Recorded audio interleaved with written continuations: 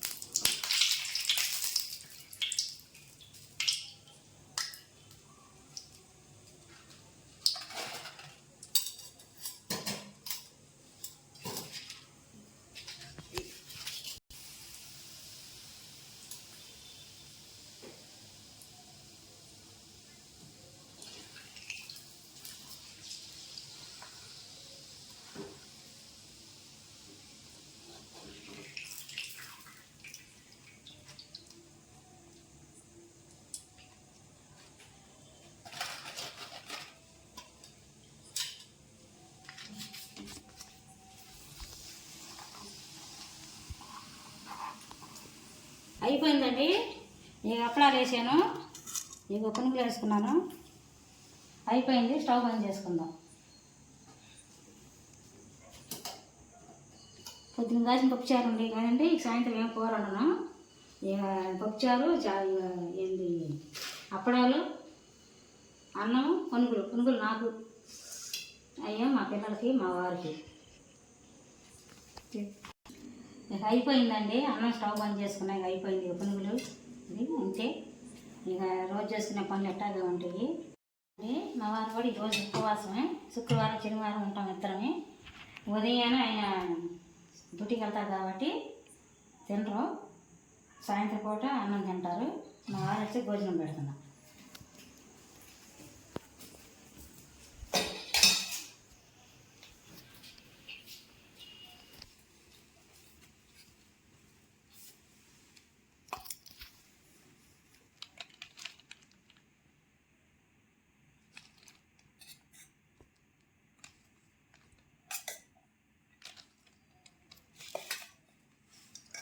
పోసుకోండి చాలు. నేను అప్పడాలు తీసుకొస్తా. సొంతంగా ఇంట్లోనే తీసుకుంటానండి. నేను కొనుక్కొచ్చినవి కాదు, ఇంట్లోనే తీసుకుంటా.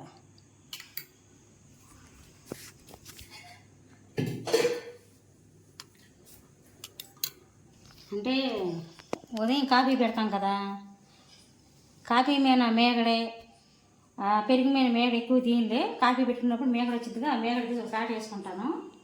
తీసి 5-6 రోజులు ఉందాక తోడేసుకుంటాను. అప్పుడే 5 రోజులు ఉందాక అన్నం తీసుకుంటాను. నెయ్యి కాసుకుంటాను. సొంతంగా ఇంట్లో తీసుకున్నది, కొనుక్కొచ్చింది కాదు. కొద్ది పసుపు వేసి కాసాను, కొద్ది పసుపు కొద్ది చింతపండు వేసి కాసుకుంటే బాగుండిద్ది. సరే తీసుకెళ్తాను మా వారికి. ఇక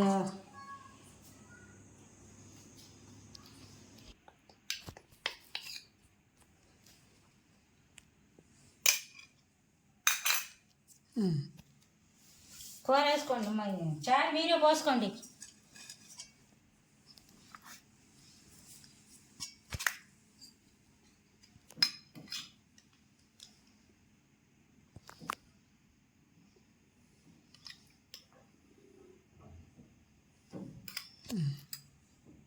పోసుకోండి, చారు పోసుకోండి.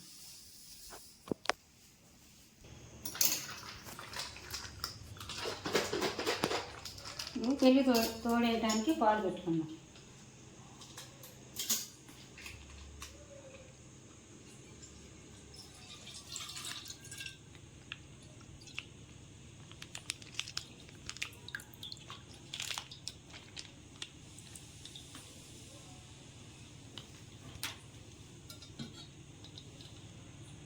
పెట్టి కొంచెం నీళ్ళు పోసుకుందాం, ఒక అర గ్లాసు.